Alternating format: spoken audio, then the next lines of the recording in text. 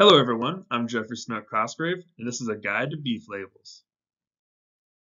When shopping for beef at the grocery store counter, the consumer is faced with multiple different labels to choose from. Today, we're going to dive into what those labels mean.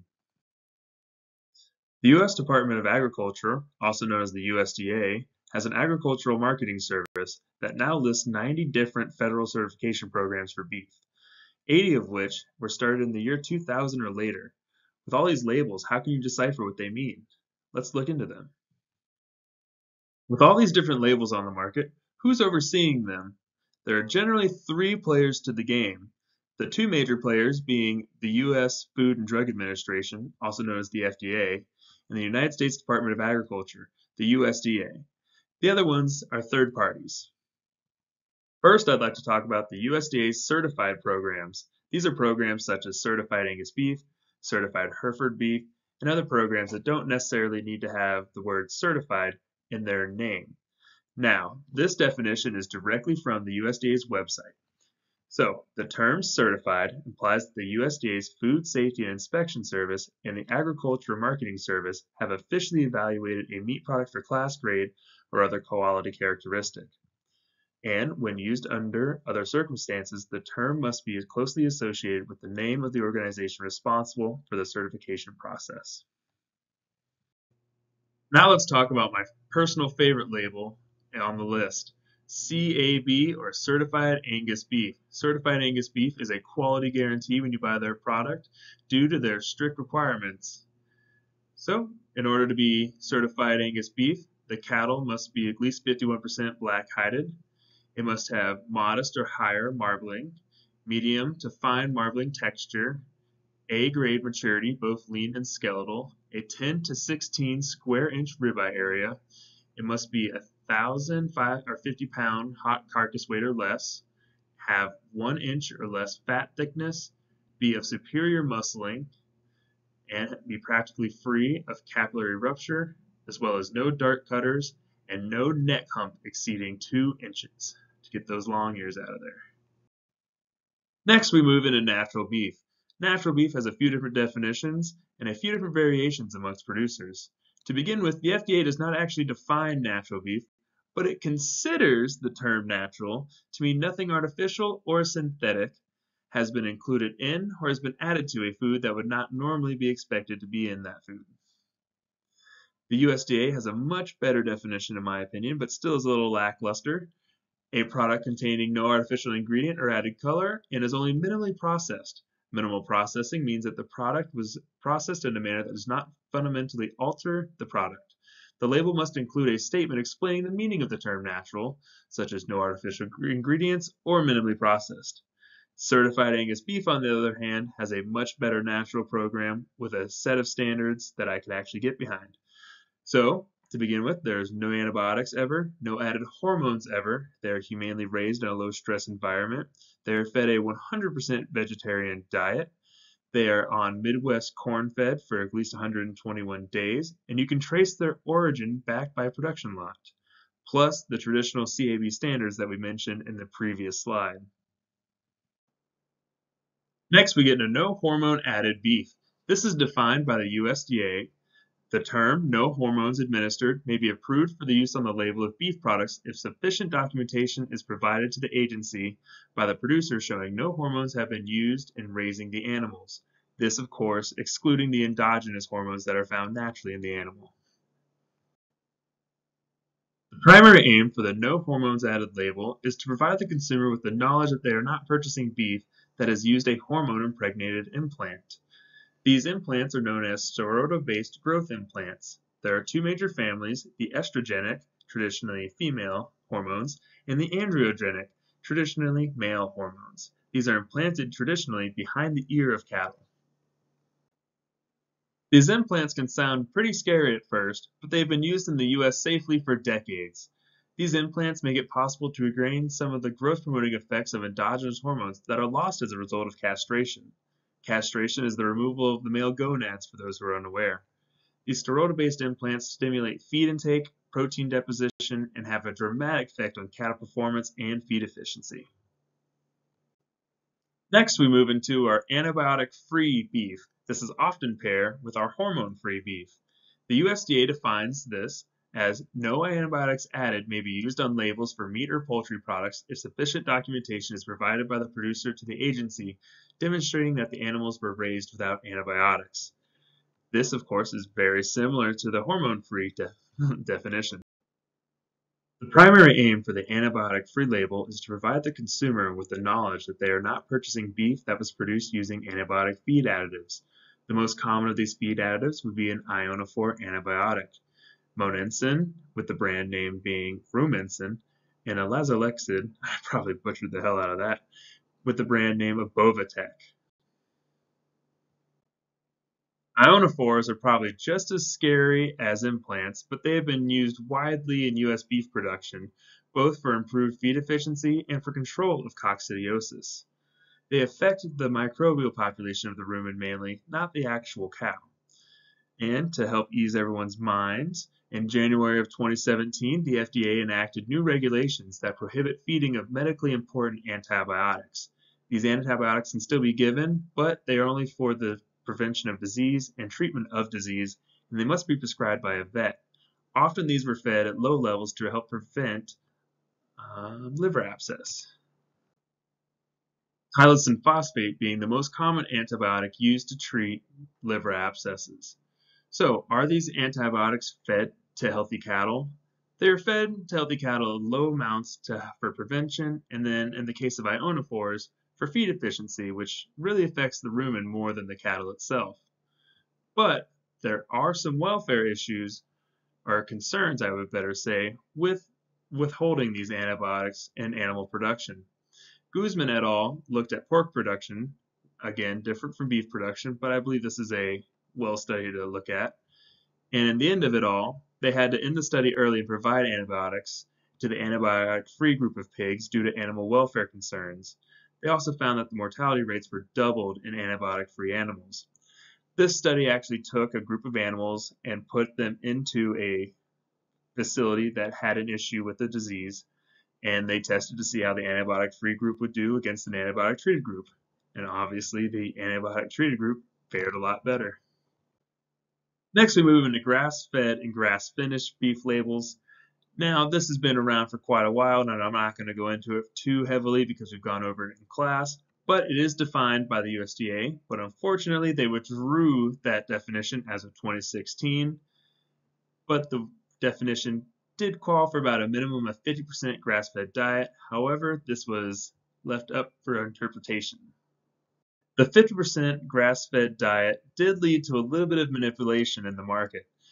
Producers were able to finish grass-fed animals on grain and still achieve the label, as well as put grain-fed animals on grass for the end to also achieve this label. There is another stigma regarding grass-fed beef and omega-3 fatty acids. The belief is that grass-fed beef contains between 2 to 5 times as much omega-3 fatty acids as grain-fed beef. While this may be true, my figure's covering it up a little bit, but the grain-fed beef is just on par, if not a little bit lower than the grass-finished beef here. But as you can see, none of them are near as much as salmon, and the FDA requires or suggests you take a much higher amount than what you're getting from a grass-finished beef source. Next, we move on to non-GMO or genetically modified organism beef. Now, the FDA defines a GMO, a genetically modified organism, is a plant, animal, or microorganism that has had its genetic material, DNA, changed using technology that generally involves the specific modification of DNA, including the transfer of specific DNA from one organism to another. Scientists often refer to this process as genetic engineering. Now, there is a label, the Non-GMO Verified Project, or the Non-GMO Project Verified. What a name.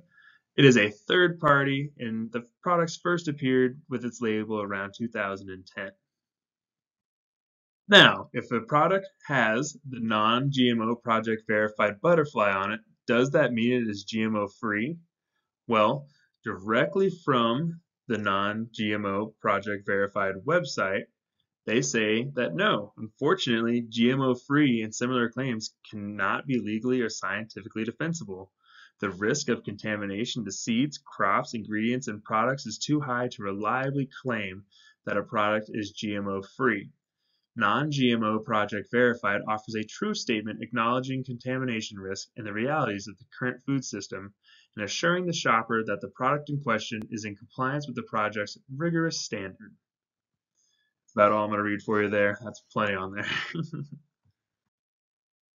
Luckily, I was able to find a much better definition from a familiar face. If anyone remembers Crash Course, John and Hank Green actually provided this definition. So, a genetically modified organism is simply an organism like every other organism which produces tens of thousands of proteins, but one or two of them are proteins that were chosen specifically by us humans. Next, we move on to the humane label. This is defined by the Humane Farm Animal Care Organization. First, they like to start off with animal welfare is improved when livestock managers adhere to the following: access to wholesome and nutritious feed, appropriate environmental design, caring and responsible planning and management, skilled and knowledgeable and conscientious animal care, considerate handling, transport, and slaughter. Now, while I agree that these are very good practices, I believe these are the standard practice generally. So, are these humanely raised animals treated better than conventional animals? Well, in order to bear the humane logo, meat producers must fill out an application explaining how their animals are humanely raised. And we were lucky enough to have Dina Jones of the Animal Welfare Institute review a sample of these applications from the USDA. Her finding was that around half of these applications were inadequate of substantiation of claim, meaning that they did not live up to their standards. She found that most of them were on par with other producers, and even some of them didn't even change their standards once applying. The Humane Methods of Slaughter Act from 1958 does require humane treatment and is already in place. It requires the humane treatment and handling of food animals at slaughter plant while also providing a quick and effective death. Next, we move into the organic label. This is a little bit more confusing, but it has some good value to it. It was started by the National Organic Program. The USDA defines organic as organic products must be produced using agricultural production practices that foster resource cycling, promote ecological balance, maintain and improve soil and water quality, minimize the use of synthetic materials, and conserve biodiversity. Products must be overseen by a USDA NOP, that would be National Organic Program, authorized certifying agent, following all USDA organic regulations. They must be produced without excluded or prohibited methods such as genetic engineering, ionizing radiation, or sewage sludge, and they must be produced using only allowed substances. The National Organic Program was started by the Organic Foods Production Act of 1990. This was under U.S. Code 7, Chapter 94, Section 6504, and to give you the national standards for the organic production, it would be to be sold or labeled as an organically produced agricultural product under this chapter. An agricultural product shall have been produced and handled without the use of synthetic chemicals except as otherwise provided in this chapter. They are except as otherwise provided in this chapter and excluding livestock not to be produced on land to which any prohibited substances, including synthetic chemicals, have been applied during the 3 years immediately preceding the harvest of agricultural products, and be produced and handled in compliance with organic plan agreed by the producer and handler of such product and certifying agent.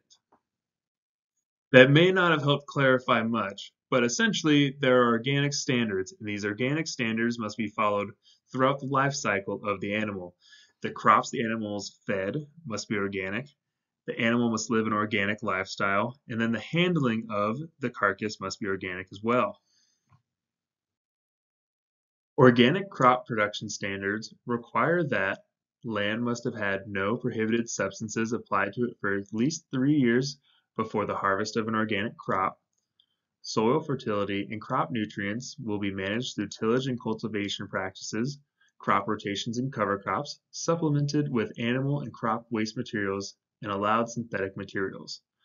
Crop pests, weeds, and diseases will be controlled primarily through management practices including physical, mechanical, and biological controls. When these practices are not sufficient, a biological, botanical, or synthetic substance approved for the use on the national list may be used. Operations must use organic seeds and other planting stock when available. The use of genetic engineering, ionizing radiation, and sewage sludge is strictly prohibited. Organic livestock standards apply to animals used for meat, milk, eggs, and other animal products sold, labeled, or represented as organic. Some requirements include dairy animals and animals for slaughter must be raised under organic management from the last third of gestation or no later than the second day of life for poultry. Non-organic dairies have one-time opportunity to transition non-organic animals to organic production over a 12-month period. Producers must feed livestock agricultural feed products that are 100% organic, but they may also provide vitamin and mineral supplements. Preventative management practices must be used to keep animals healthy. Producers may not withhold treatment from sick or injured animals. However, these animals treated with a prohibited substance may not be sold as organic. Ruminants must be out on pasture for the entire grazing season, but for not less than 120 days. These animals must also receive at least 30% of their feed or dry matter intake from pasture. All organic livestock and poultry are required to have access to the outdoors year-round. Animals may be temporarily confined due to documented environmental or health considerations. So as you can see, there's a lot that goes into this. Finally, our organic handling standards require that all non-agricultural ingredients, whether synthetic or non-synthetic, must be allowed according to the national list of allowed prohibited substances. In a multi-ingredient product labeled as organic, all agricultural ingredients must be organically produced unless the ingredients is not commercially available in organic form and listed on section 205.606. Handlers must provide the commingling of organic with non-organic products and protect against organic products from the contact with prohibited substances. Next, we're going to get into the organic label because, again, this is still very confusing. But in order before we can do that, we need to go over a few terms. So PDP would be your principal display panel. And as you can see on the front of this Doritos bag, the whole bag is the principal display panel in the front. It's essentially what you see. It's the logo, it's the marketing, it's what grabs you in. Where the IP, the informational panel, will be your nutrition facts essentially. It's that little square with your calories and the nutritional information of the product. Now let's dive in. I'm not going to get into this too much, but there are 4 different organic labels, and each different label has their own allowance of what they're allowed to put on the front of their product and in the nutrition facts. But we have 100% organic, organic, made with organic ingredients, and then specific organic ingredient listings. So in the end, why are these labels used? When you get down to it, it's because it creates a value-added product. Producers can receive a premium for products with labels, and these premiums often outweigh the additional cost of production associated with these labels. I like to call this the organic advantage. This is straight from the National Organic Program's preamble, and this is when they were first rolling out.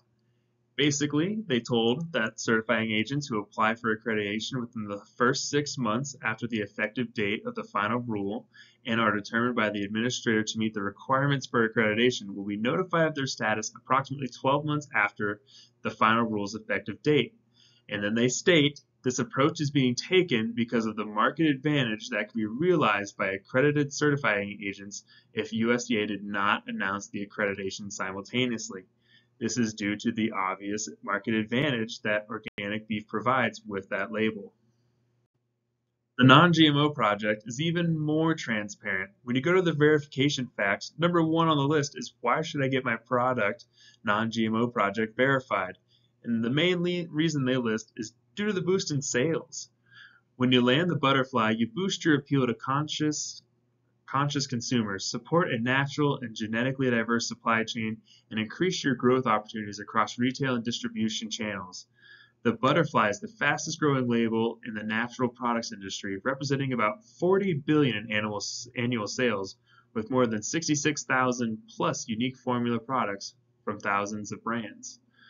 When your product has met compliance with our standards, research shows with the butterfly experience a sales increase over those without the label. With the active promotion of your non-GMO project verification, you can see up to a 20% sales lift. That's because the non-GMO project verified seal is the most trusted non-GMO label and most widely recognized food certification after USDA organic. These all sound like very heartfelt intentions, but I feel like the root of it is truly that 20% sales lift. So I wanted to get into a study by Sarangelis et al. On the natural label, but before doing so, I wanted to just remind everyone on the definition for natural. The USDA Food Safety and Inspection Service provides a definition for natural meat products, which states that natural meat is minimally processed and contains no artificial ingredients or added color. And Consumer Reports found that more than 60% of consumers wrongly believed meat labeled as natural was raised without antibiotics, growth hormones, or genetically modified organisms. Furthermore, I just wanted to throw this in there, Consumer Reports maintains that the natural label should be reserved for organic foods. Now, let's get into Sarangelis et al. Sarangelis et al. Took a sample of people and gave half of the sample the definition of natural, the one I just gave you and the one I've been giving you, and then withheld the definition from the other half of the sample. They found then that those who were not given the definition of natural placed a premium on meat products that had the natural label and were willing to pay more for these products. Those who were given the definition of natural did not place a premium on these products and refused to pay the extra price, opting for conventional beef or those without labels. Only consumers unfamiliar with the definition of natural had positive utility for natural labeled steak, while consumers familiar with the definition of natural did not have positive utility associated with the natural label. I think that's pretty awesome. These results were indicative of consumers misinterpreting the natural label, meaning it that they thought it would mean antibiotic-free, hormone-free, all that other stuff. Are these labels working with Mehrding et al.? In Mehrding et al., 55 consumers participated in an experiment in Germany, including a sensory acceptance test, a stated willingness to pay test, and a choice-based conjoint analysis. Different quality characteristics were included, but a focus on the quality labels of dry-aged beef, blockhouse beef, and Angus beef was predominant throughout the experiment, with the results showing that quality labels significantly increased overall liking, as well as the stated willingness to pay. They found that these labels were one of the most important characteristics in the conjoint analysis after origin and price. I find that to be incredible because as we've gone through, we didn't go through a single dry-aged beef label or whatever a blockhouse beef label. The Angus beef label is similar to the certified Angus beef, so I could see that one. But as you can see, these labels are manipulating the consumers and thinking that a product is superior to another. Final thoughts. At the end of the day, I believe everyone should research what they're buying on their own and make their own choices. I hope these have helped make choices easier for you and possibly help shed some light on these different labels. I will say though, if you're looking at these different labels hoping to find different nutrition, you're probably wrong, but maybe you can find a little bit moral happiness in buying something with the organic label. And I think that's probably where they stand highly or stand to be used. Thank you. And then these are my citations right here. As you can see, I've used quite a few. I would like to point out my second list that I used Dr. Juilliard's from Kansas State's paper. It was very helpful, and I thought that was exciting because I talked to him about a grad school opportunity before coming here, so it was good to be able to see his name again pop up. Thank you, everyone.